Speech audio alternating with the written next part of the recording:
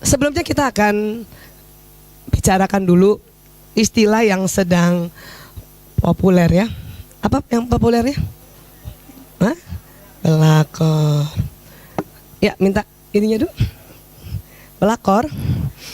Nah, perebut lelaki orang. Ada yang bilang gitu, perebut laki orang ya. Jadi ini sebuah kosakata populer tuh startnya 2017 ya.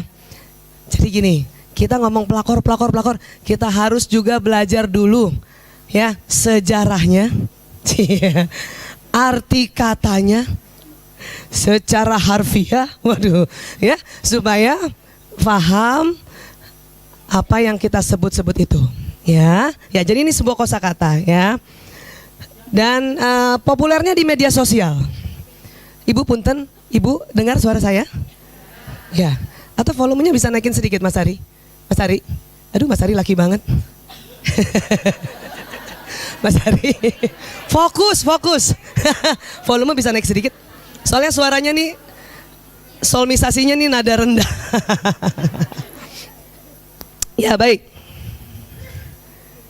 Nah, pelakor itu ya diidentifikasikan dengan perempuan yang memicu keributan akibat merebut seorang laki-laki atau suami dari istri yang sah.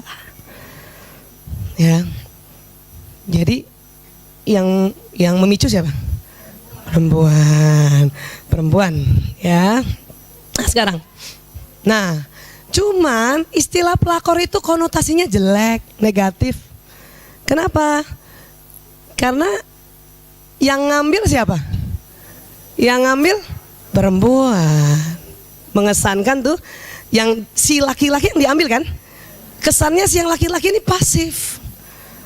Padahal sama aktifnya. Iya. Ini yang ngomong bukan saya, ahli bahasa. Junaiya HM, beliau orang dari Badan Bahasa. Jadi orang yang kerja di Badan Bahasa tuh subhanallah luar biasa. Satu kata saja di kotak-katik sampai dirasakan juga ini konotasinya positif apa negatif. Ya, jadi ini negatif. Kenapa negatifnya? Karena yang beraksi yang siapa? Yang perempuan ya.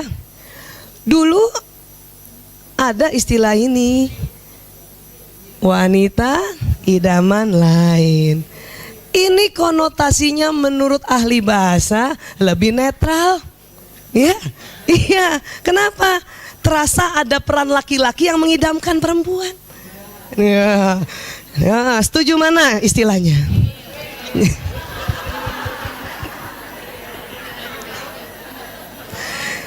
Ya, ini harus secara bahasa harus ngerti dulu.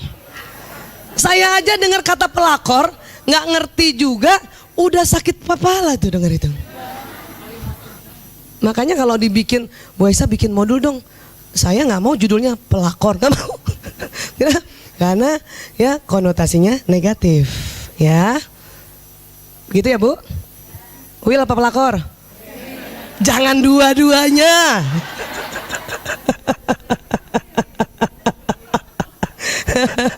Baik ya. Pelakor, pebinor, ada lagi tuh letise, lelaki tidak setia.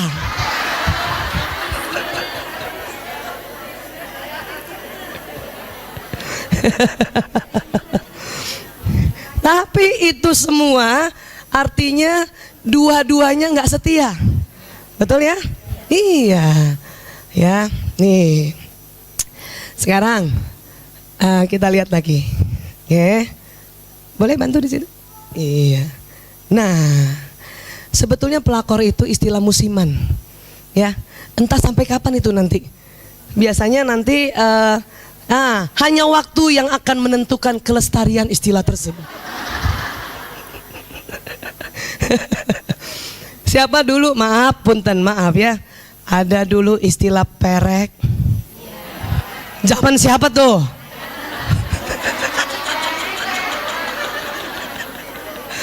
Aduh. Ya Allah. Iya. Nah, sekarang kalau cabe-cabean belum merebut, baru nyabe. Tahu cabe-cabean Ibu? Gonceng bertiga. Ya, jadi gini, ini ahli bahasa sedang mendebatkan dan mendiskusikan apakah ya kosakata pelakor bisa masuk dalam kamus besar bahasa Indonesia. Mereka sedang mendiskusikan itu, ya, karena untuk syarat masuk dalam ya kamus besar bahasa Indonesia KBBI itu nggak main-main. Satu kata saja dipikirkan matang-matang dan butuh waktu.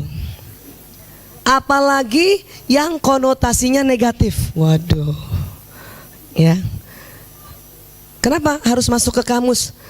Karena ini secara media sosial dan akhirnya di masyarakat populer. Supaya apa? Suatu ketika barangkali anak kita waktu SD dengar-dengar kata pelakor, karena nggak tahu dia carilah di kamus besar. Gitu. Tapi belum masuk. Ya, nggak mudah. Ya, baik sekarang. Ya, pelakor adalah wanita yang di dalam pemikirannya ada 6 hal ini. Coba kita cek diri kita masing-masing. Ada nggak ya? Ya, cek 6. Dan 6-6-nya harus ada. Ya, karena kita nggak bicara pebinor. Ya, kalau ini semua bapak-bapak barangkali bisa bicara pebinor. Kita pelakor saja. Ya, yang wanitanya saja nih ya. Oke, 1. Pikiran pelakor itu harta dan harta. Ya. Kalau ada di antara kita, punten, yang statusnya sudah jomblo second, kan waktu itu kita sudah cerita kan, jomblo ada 2 istilah, jomblo perdana dan second. Punten. Terus ya masih ada niat untuk berkeluarga lagi, tapi bukan niatnya cari harta, itu bukan pelakor, gitu. Tapi carinya tolong yang nggak ada istrinya. Ya, kenapa? Karena masih ada syarat berikutnya. Syarat pertama sudah lewat, aman, tidak ada di antara kita, go. Memilih lelaki yang sudah beristri. Pelakor nggak pernah pilih bujang karena belum kaya. Ya. Dia dalam pikirannya carinya yang sudah beristri. Karena kalau masih bujang, syarat yang nomor 1 nggak dapat. Kalau masih bujang. Aduh.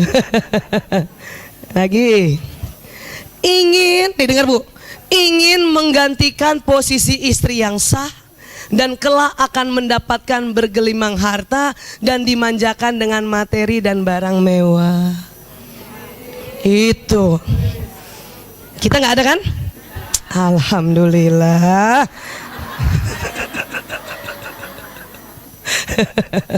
Ya, selalu itu. Karena nomor 1 harta dan harta. Dia bukan harta dan tahta. Nggak, bodoh amat dia nggak punya tahta, yang penting punya harta. Itu pelakor itu. Ya. Apalagi dia tahu bahwa dia adalah wanita cantik yang diidamkan banyak lelaki, namun dia akan merasa sangat bangga jika menaklukkan seorang pria kaya yang sudah memiliki istri. Tuh.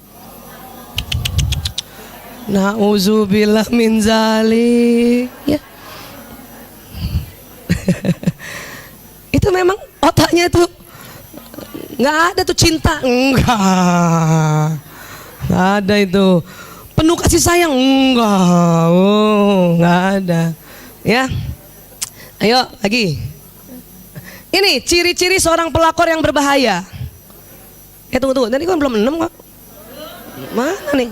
Loncat. Ntar dulu. Kenapa loncat nih? Oh, termasuk ini tadi, termasuk ini. Dari di antara para pelakor ada yang paling berbahaya. Habis ibu tegang banget sih. Lagi ngecek, Bu. Astagfirullah. Ya, apa itu? Pandai memainkan peran di depan orang banyak, seolah-olah dia adalah wanita baik-baik yang justru dikejar oleh pria beristri tersebut. Ini nih ciri paling bahaya. Jadi dia merasa dan bilang sama orang, aku sebetulnya nggak suka, tapi bapak itu aja tuh kejar-kejar aku. Betul. Ya, ini riset loh. Ya, jadi ini jahatnya atau bahayanya ciri seorang pelakor ya. Apalagi pandai berkata-kata dan berpenampilan seolah-olah dia adalah wanita yang memang diidamkan seorang pria dan merasa tidak ada yang salah pada dirinya. Jika ada pria yang tertarik dengan dirinya, maka itu bukan kesalahannya. Nih dia nih. Pelakor itu nggak pernah mau disalahin, ya. Kenapa dia bilang, bukan gue yang bujuk-bujuk, bukan gue yang goda, ya. Bapak itu aja yang naksir gue. Aduh, padahal, ya, memang dia niatnya udah begitu. Ini bahaya nih, paling bahaya nih ciri nih dua nih, ya. Oke, lagi ya. Sekarang jenis wanita yang berpotensi besar menjadi pelakor. Nah lo kita nih ngomong soal begini, nomor satu itu sebetulnya untuk menilik diri sendiri aja dulu. Jangan kita tuh di orang pelakor, ternyata ada potensi juga kita. Nah maksudnya seandainya pulang dari sini kita ada potensinya, segera bertobat supaya tidak berlanjut, ya. Iya, baik. Berpenampilan menarik, cantik dan suka menghabiskan banyak uang untuk berdandan dan bersolek agar dikagumi pria. Ini sih ciri pada umumnya ya. Iya, tuh mulai nih, mulai. Ada yang merasa kayak gue ya. Kayak gue ya. Saya juga nih Bu, saya sebetulnya nggak suka dandan. Tapi anak perempuan saya bilang gini, ya Allah Bu, dandan dikit kenapa Bu?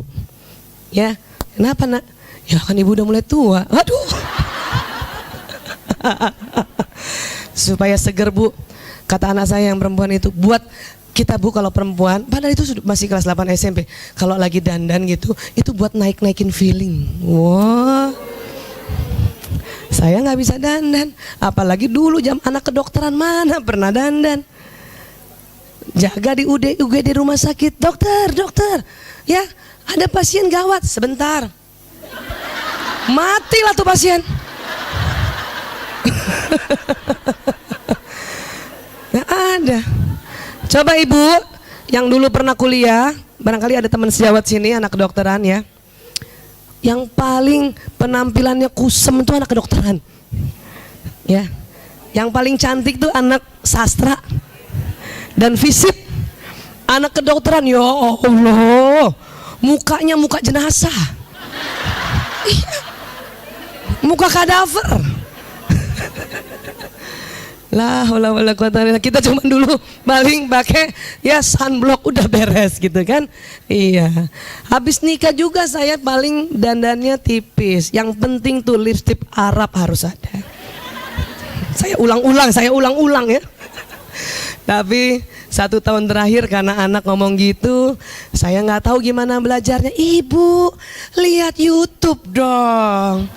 Ada beauty influencer, beauty blogger yang kalau kita ya lihat gitu, hello, welcome back to my channel, hi guys. Tapi saya lebih suka cari produk-produk skincare. Paling enggak supaya nggak terlalu turun nih muka. Maklum, ngurusnya ngurus narkoba, Bu. Ya, kalau terus-terusan ngurus narkoba, nggak rawat-rawat diri, ya, waduh bahaya. Artinya gini, ibu-ibu pun yang juga punya produk perawat diri, dan itu niatnya adalah agar kita, ya, lebih senang dilihat oleh pasangan hidup kita, bukan kategori ini, gitu. Supaya nggak langsung ya Allah ya Allah ya Allah ya Allah gitu, ya. Baik, kita lihat lagi. Wanita yang terlalu berambisi mempunyai pasangan pria yang kaya, mapan, dan banyak harta. Aduh, ada ya perempuan kayak gitu ya? Oh ada ya. Ibu punten, dulu mau nikah apa niatnya? Ya gini. Ini. Makanya tadi saya bilang, kayaknya kita ada potensi juga nih. Untung rajin kerumil. Udah taklim aja masih suka juga tuh kadang-kadang.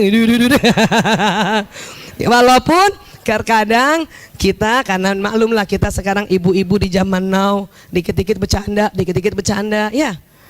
Ada bapak-bapak pakai mobil keren, mukanya wow, ya. Nah, tetapi itu tadi, ya.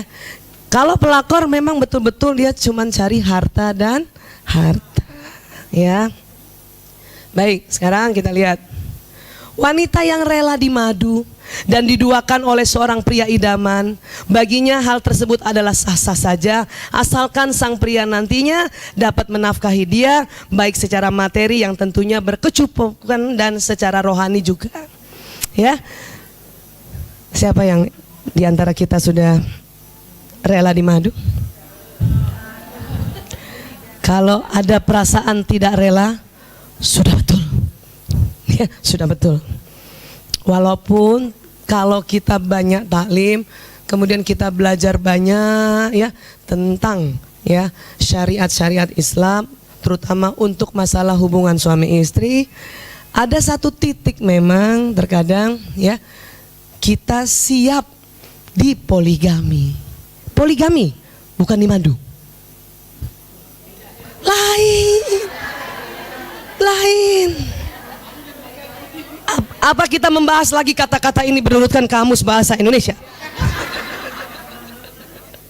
Ya, ya. Kalau di madu, ya, di madu itu konotasinya negatif. Kalau poligami konotasinya netral. Netral.